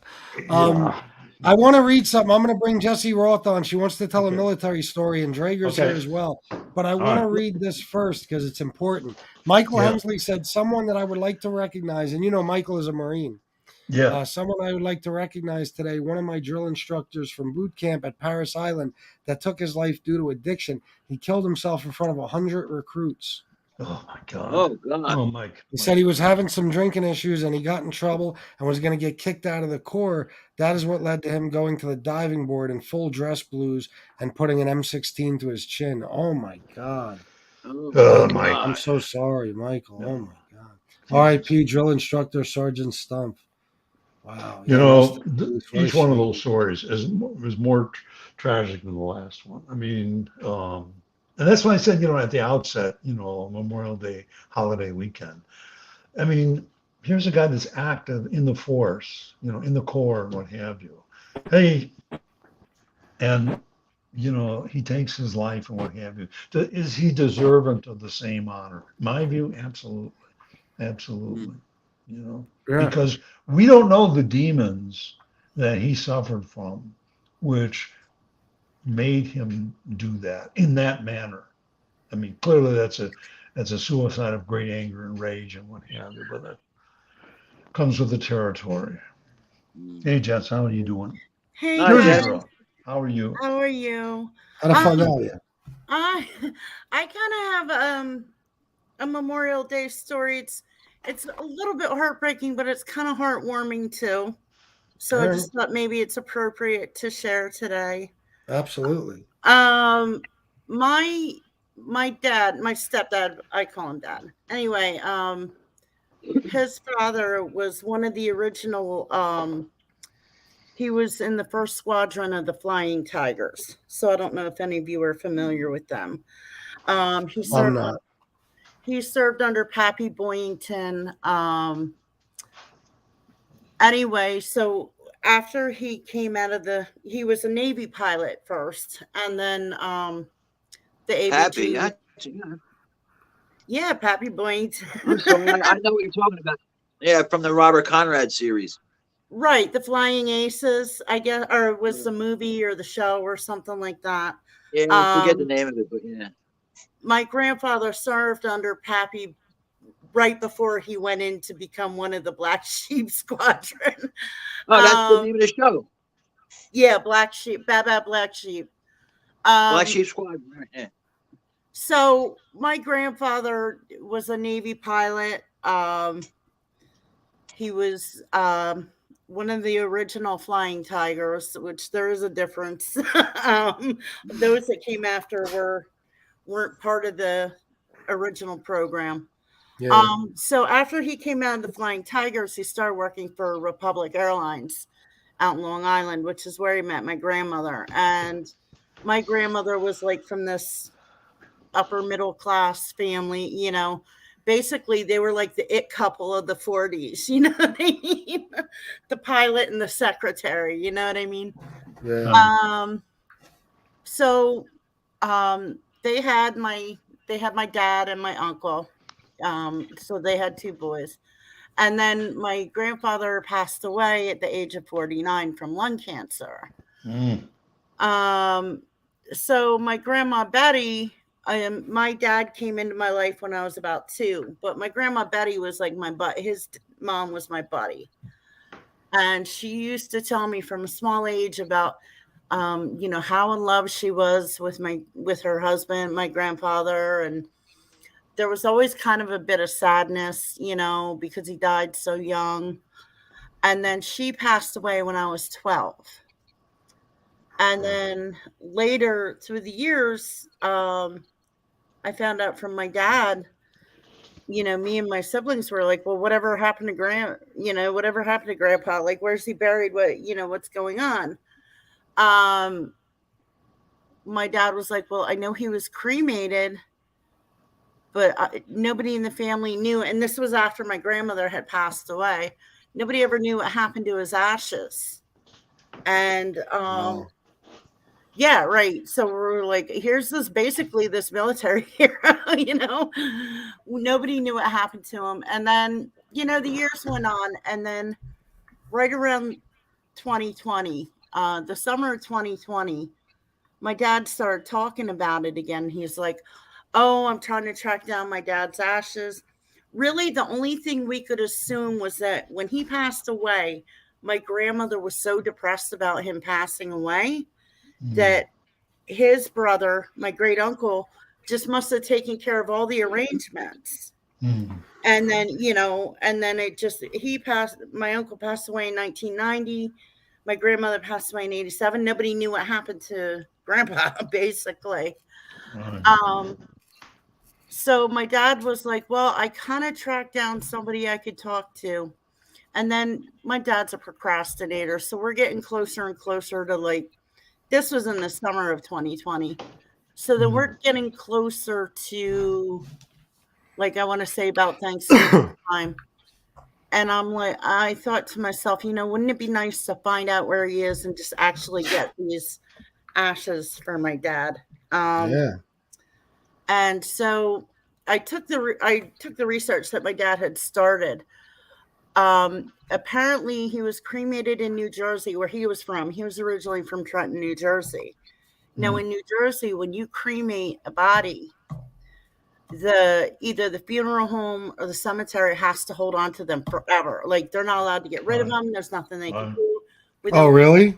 And the perpetuity clause in New Jersey and New York. Yeah. The only people that are allowed to claim their ashes are next of kin. Like, it's got to be like the wife or the child. Like, once those people are gone, nobody's even allowed to collect them after that. So then I'm thinking, oh crap, I better hurry up and get on this, because my dad's 78 years old. Wow. So I wanted to pick them up. I wanted to go get them and pick them up as a surprise, but they said, no, your dad has to come with. And I'm like, well, I explained to her, I'm really trying to surprise him. You know, I want to bring Grandpa home for Christmas, basically.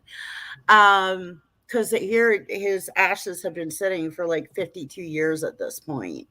Wow. And she said, well, can you get his driver's license and this, that, and the other? And I'm like, no, I can't, like he'd find out. He'd know I was up to something. I'm bad at being sneaky. Yeah.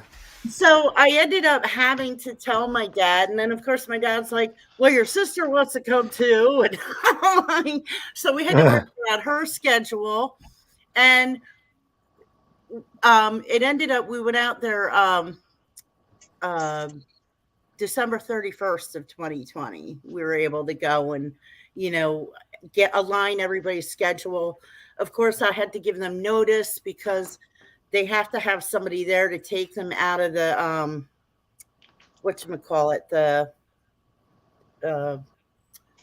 it's hermetically, you guys know the container and what have you. Right. Basically what it is they have every unclaimed ashes in this huge tomb, I guess you would call it. Right. Yeah. Crematorium. Yeah. But they have to unseal it a certain way. It has to be done very carefully. It's not like you could just whip open the door and go dig it, Right. Yeah. So it wasn't cheap. It was like $400. So basically we drove out there and we got them, and, they handed this box to my dad. I didn't think I had to get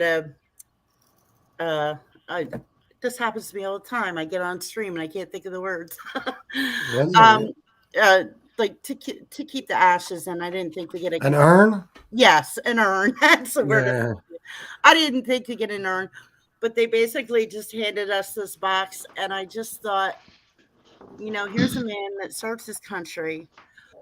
Not only served his country, was basically a military hero, and he sat in a tomb for over 50 years, and here he is in a cardboard box. Yeah.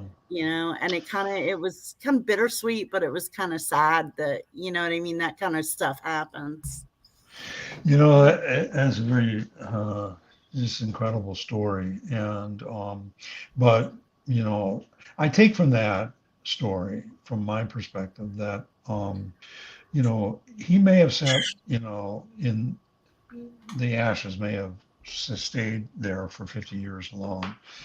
But, in a very real way, his spirit and soul, lived on forever, because through you and through your family and whatever, you were able to do what you were able to do.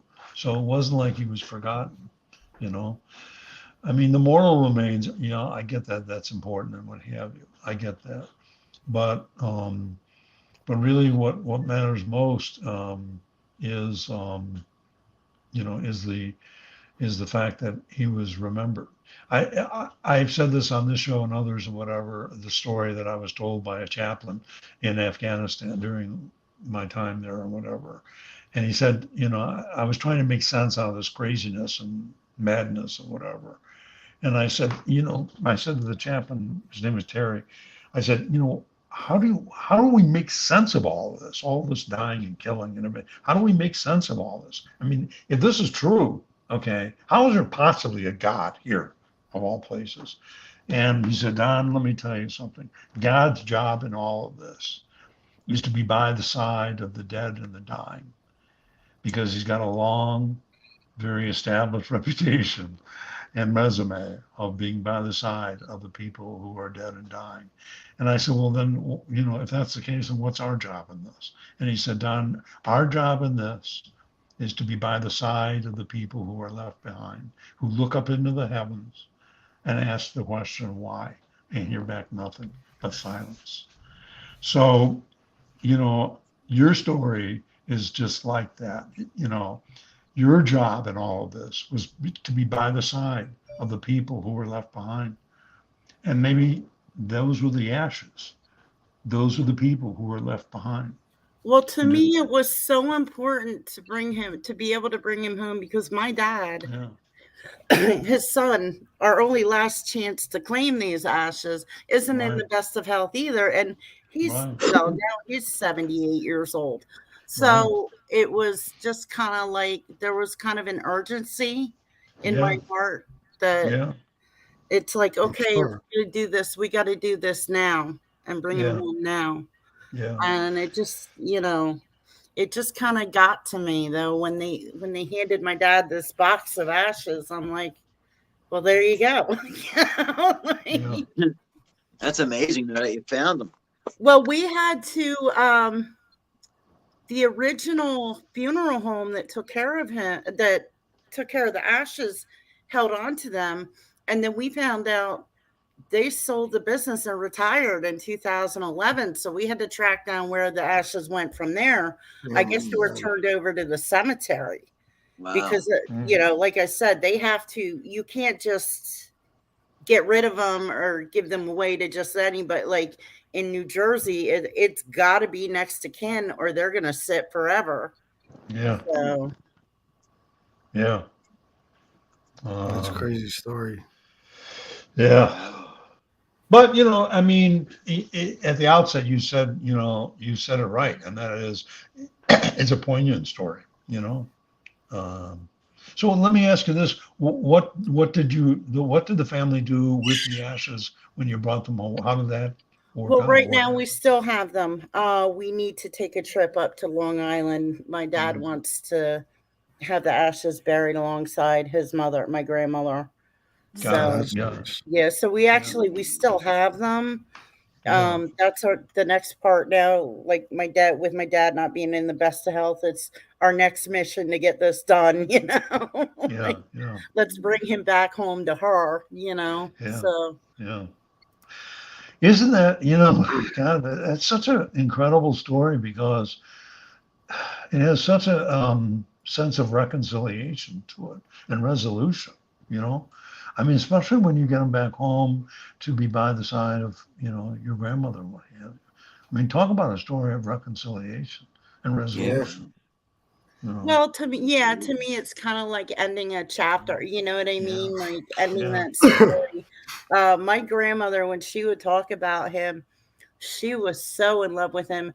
And they were both my grandparents were both good looking people. Like I said, they were like the it couple, in the 70s. Right. Like, the upper middle class lady, the fancy pilot, the good looking pilot. Like it just, to me, it's just kind of like, I don't know. They always kind of had that when you think about that wartime romance story, that was them, Well, the nut didn't fall far from the tree because according to your avatar, you're pretty good looking yourself. So yeah, there you go. They're my step family. Well, still, but they were just, I just knew in my heart it had to be done. And my dad was kind of he was procrastinating a little bit. He wanted to do it, but I think to him it kind of got to his heart too, but he procrastinates. Whereas I'm more of the listen. Let's just go get this done. That's how I am. Yep. Yeah. Right. So. Yeah. Amazing story. Hold on, guys. Yeah. So anyway, it's kind of like going back to Mike Hensley's story, whatever, for a moment. I guess, talking about all of these on Memorial Day weekend, all of them have an ingredient of what we do with, people who have served and what have you. It's amazing to hear all of these stories, from families that have been affected in one way or another, by or friends or whatever, so many different kinds of stories and how they turn out and so forth. Many of them are just like yours is a great story that ends well. Others, like in contrast, the one that Mike shared. I know. And my heart goes out to all of you. And thank you, Don. Thank you, all of you. Michael Hensley, all of you in the chat that served, anyone that served, thank you so much for your service. Yep. FPS, I'm going to drop down now. I just wanted to tell my story. I'll let you continue with your show. All right. Thanks, Jess. All right. Thanks, Jesse. Thank you. Thanks. God bless. Have a good weekend. Take care. You too. Yeah. Bye-bye. All right, Jesse.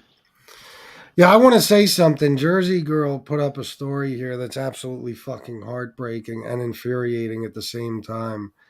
Let me find it here. I'll read it. This is she said, my good friend's son passed over a overdose at 21 a few years ago. He lived in PA. He and his a GF, I think it's supposed to be, girlfriend had a little girl. Went out to eat with the little girl and decided to have a few drinks. Turns out she was also drinking in the car on the way to eat. Sadly, she kept hinging her, I'm not sure what that means, her drinks till she was drunk with the little girl next to her, crashed on the way home, and the little girl wasn't in the car seat, and unfortunately, she was killed, and the mother is in jail where she belongs. See, that's the type of shit to me, man. That's the type of shit that's like, I don't, not only do I not feel sympathy for the woman, I hope she dies a horrible fucking death. Doing shit like that, I don't know. I'll never understand it.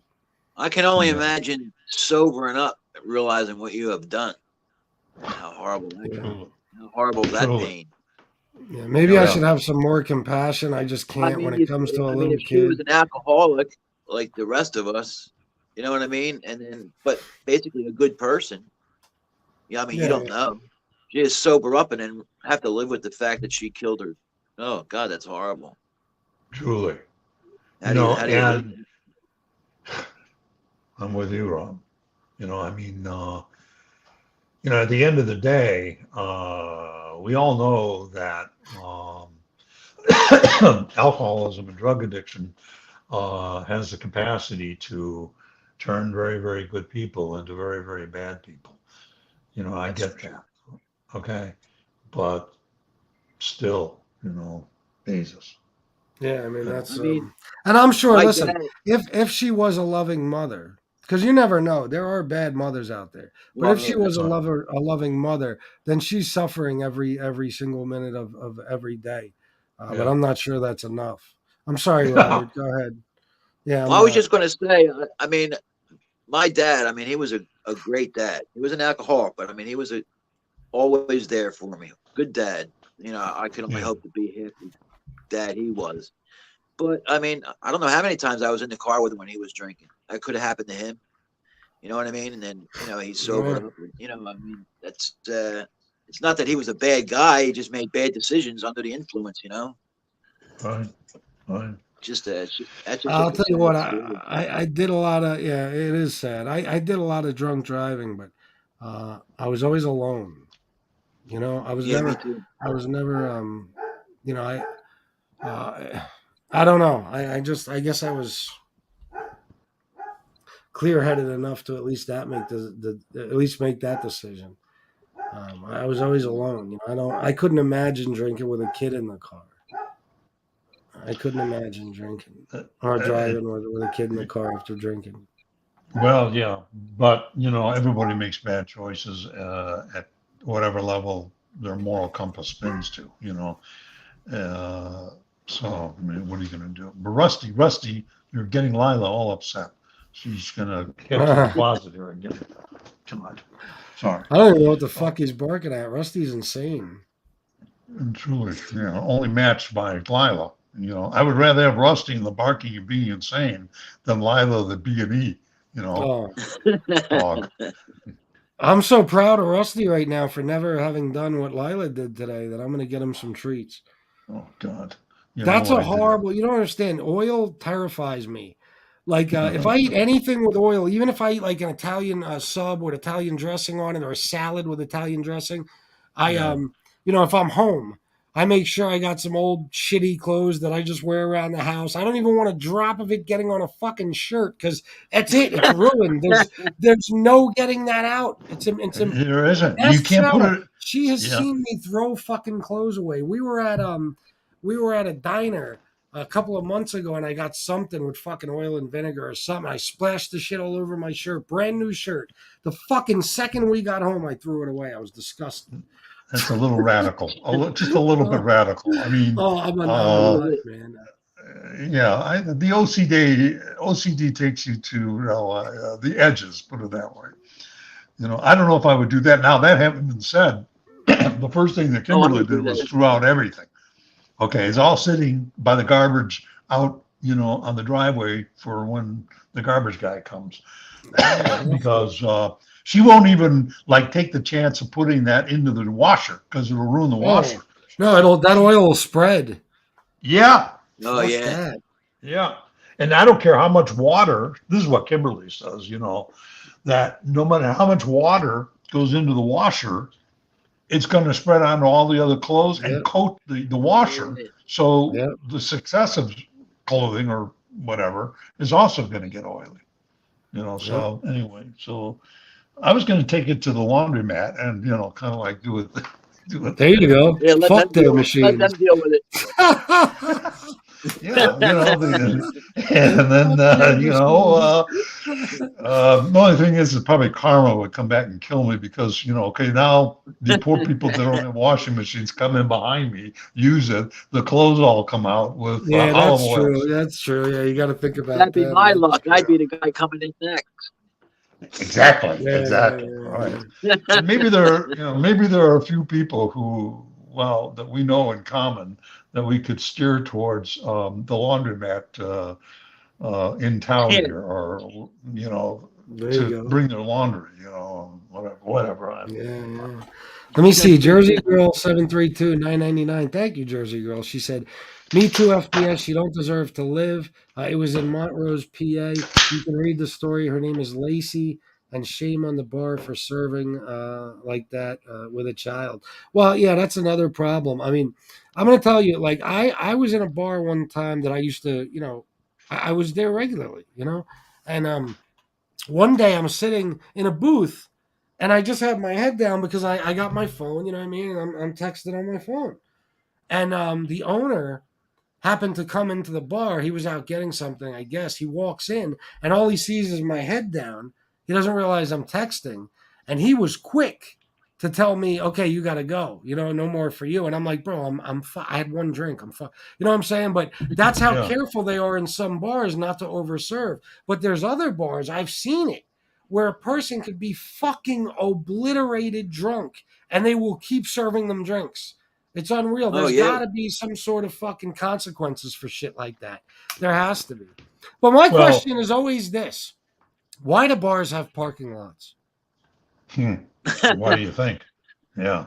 Yeah, you're not supposed to. You're not supposed to drink and drive. Why? Yeah. But you're not supposed to drink and drive. I mean, what the fuck? Why do bars have parking lots? I mean, I don't get it. Well, part of the reason is just so that you can leave with your drinks and go out in the parking lot, you know, and you know, hang out with your friends and then come back in and drink some more. That's part of the reason. At least in my opinion, what have you. The only thing that really, you know, bars in certain states only are afraid of is the Dram Shop Act. I don't know how many states have that still, because that's kind of like part of the olden prohibition laws. But Dram Shop basically stands for the premise that if they can trace back a person's alcohol consumption to a specific bar and show that that bar continued to recklessly and negligently serve the individual while they were drunk, they're responsible for the natural consequences of that drunken person's actions and can get sued. I know Illinois has the Dram Shop Act. I don't know how many states are left that do.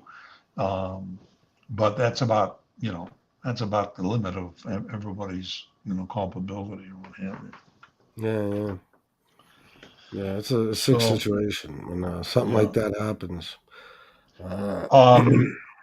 Listen, I just I don't know, for anybody who is listening to this show while watching the chat Jimmy Calandra show, something must have happened, because while he said he was going to come up at 5:00, it's now 6:16. I doubt that he is going to do this show. So I'm going to bail off of their chat and continue here.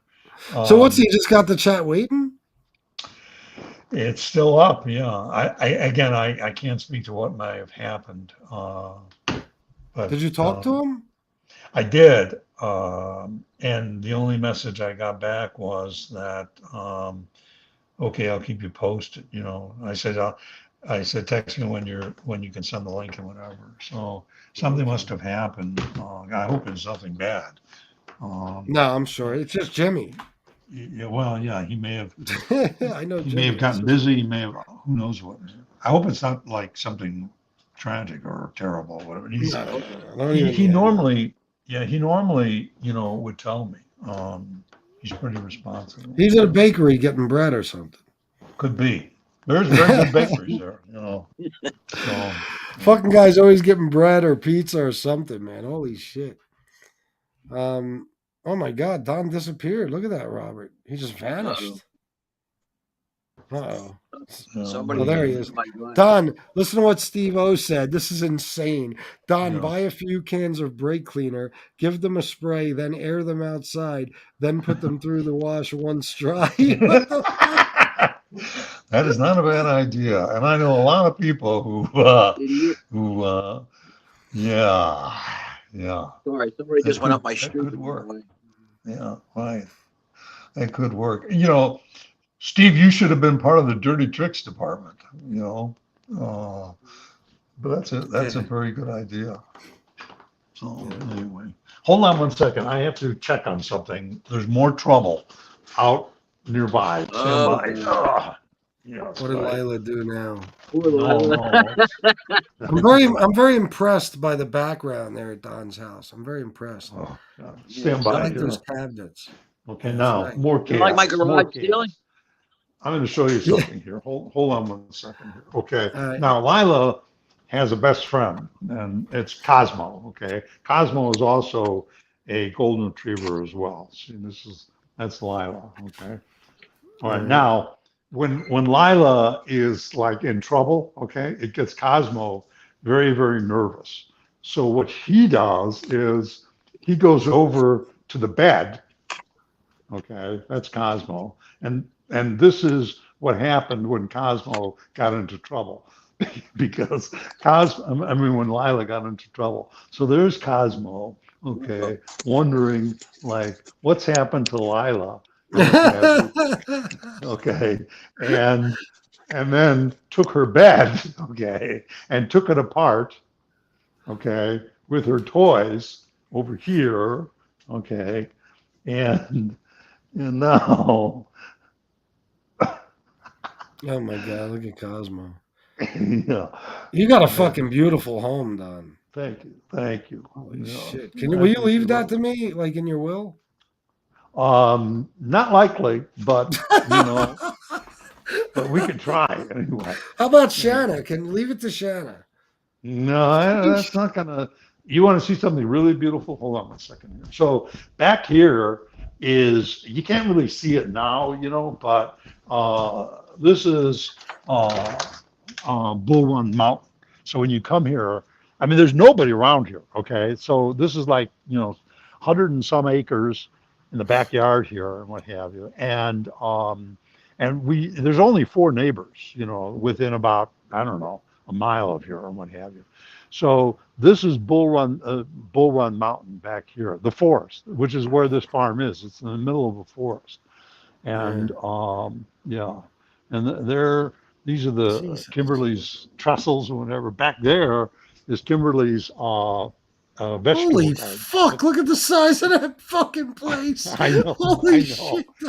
It's unbelievable. Oh my God! Yeah. I'm And looking. then, I'm not even just looking at that. I'm looking at the house. well, it's it's a modest place. We're cramped. Yeah. I'm sure. So please let me live with you. Yeah. And then Oh my God. this is where Chris will be doing his laps. Okay. Oh, in the pool. yeah, in the pool. When you open in the pool, Hold on. It's actually open now. It's just that you have to keep this cover on it, because otherwise the dogs just jump in and will swim and what have you. Oh my God! So that's where you can do your laps, Chris. Holy shit! Yeah, right. And oh my fucking God! yeah. So we'll come back here. I mean, you have to stay out here, and we'll take the train to the funeral because there's no way you can drive there. You have to take the train to it. So Whatever you need me to do, Don. I'll be there. You know, exactly. Well, it's just a Jesus humble little Christ. place. Oh, Out in yeah, the yeah, forest. sure. Yeah, no big Yeah. deal. It's just a little No, house. no. Yeah, right. You know, as I say, we're cramped. Please, you Oh know, my it's God. yeah. All right. So this is kind of like the Oh my backside God. of it. You know, right there. Well, there's a What long the story fuck? behind this about this place. You know, it's not some place that we kind of like built. Okay, there's a long story behind this involving Kimberly's aunt and her mother and what have you. But we got the land, and then long time ago, we've had the land, and but it's a piece of heaven. You know, we moved in crates, and we're moving out in coffins. We're never going to leave this place. Um, because it is so beautiful and unique, because it's actually in the middle of a National Conservancy Trust. You can't build around here by federal law. Robert, you see No. Don's fucking house? Yeah, I seen as I was coming back on, I seen some of it. Beautiful. Shit. Listen, Don, I'm curious like everybody else. This whole time I've known you, I wonder. Sorry about that. I wonder what Don's house looks like. And now I'm Yeah. seeing it, and I realize that I've made bad life decisions. And Not necessarily. yeah, I need to. I just realized just how little my income actually is, and how much I need to step my game up in life. Well, that, and Yeah, when you about that, come, huh? make sure you bring your marshmallows, because here's the fire pit. Oh my God. Yeah. Wow. I can't get that. And then this is where we You keep the could- logs. You could tell that Kimberly decorated that whole place. Totally. No, really. She not only decorated it, but in a very real way, she designed it. What do you need? Yeah, I mean, she did. She worked with the builders and what have you. The original house is actually much smaller than this. The original house, and the land as well. But then, when her mother died and her aunt and what have you, they were supposed to move in, and they're the ones that actually wanted to build on. And So you Hey, guys. got to guess. yeah, Yeah. I don't want to interrupt. I don't want to interrupt you. My wife needs my help, so I'm going to bounce. All right, Okay. bro. Thank you for coming on, Robert. Have a Don, great weekend, guys. Same to you. God bless. Take care. Drager, where'd You you have to go? take Come me off. back. You have to take me All off. right, I don't know how to do it. All right. So Don, you got a guest house for me and Shannon when we come on the 18th of August? Up on the third floor. That's where you'll be in the back. But We got we what have do your- our accommodations look like? well, I can possibly show you that if you would like later on. Yeah, later. But the I'm just accommodations fucking with you anyway, Don. the accommodations are lovely. I'm sure Shannon would enjoy it and what have you. Yeah. But on the downside here, don't come with any expectations about having like a grand old time at nearby either restaurants and or places or whatever, because there's nothing. I mean nothing. You have to drive a long way to find anything like that. How far is DC? About 55 miles straight east. Yeah, roughly. Yeah. So Arlington, we drive to the train. We'll drive to the train together, and then get on the train, the Silver Line, and the Silver Line goes right to Arlington through the Blue Line. So we go from out here to Roslyn, then transfer to Arlington. Then we'll walk from there. It'll be nice. You'll like it. I mean, nice in the sense, compared to everything else. We're all going to go. Kimberly and I and you and Shannon will go together. Yeah, I sent you I'm the looking forward to it. details about the funeral by email. Oh, okay. All right, good. So All right. Drager, I want Christopher Drager. He was just backstage with his son. I would love to bring him on because he is a success story, Don. He is in recovery. I tried to help him at one point. He had some issues after that, but he is doing well now. He's bought a house. He's got a beautiful girlfriend. He's got a son now. So he was backstage. I wish he'd come on because I'm not going to stay on too much longer. I got to get Yeah. the fuck out of here. Yeah. So do I. And I got to clean up upstairs because the aftermath of awaits. Oh yeah. Well, I can let you go now. It's cool because I'm going to end soon anyway, Don. All right. Thank you for coming on, though. Yeah, no problem. No problem. So everybody have a peaceful Memorial Day weekend, and stay safe, stay sober, stay strong, and as I always say, stay 2 steps ahead of the coroner. So Yeah. For real. yeah. So I'll talk to you soon, Chris. Okay, Thanks, take care. Don. Yeah. Bye bye. All right. Bye. All right, guys. Listen. Shanna's getting ready to leave for work. I was going to say some things at the end of this, but I'll do another addiction and recovery show this week. We'll do it a little differently. The way I usually do it, whatever. So I could talk to you about the things I've been thinking about after yesterday's show. I think it's kind of important. So I'm going to get out of here for now. But guys, write these numbers down. National Addiction Hotline, Suicide and Crisis Lifeline. Put them in your purse, your man bag, your wallet, your fanny pack. If you're a kangaroo, put them in your pouch. Put them in your fifth pocket, your sock, whatever you want. Just keep them close by because you never know when you might need it. Unless you can memorize them. Then you're all set. Unless you relapse. Then you might forget. I'm just playing, guys. Anyway, thank you for being here with us today. This is a great show. Thank you, Don Berlin, for coming on, talking to us about the meaning of Memorial Day and addiction and recovery. Robert B., same to you. Thank you.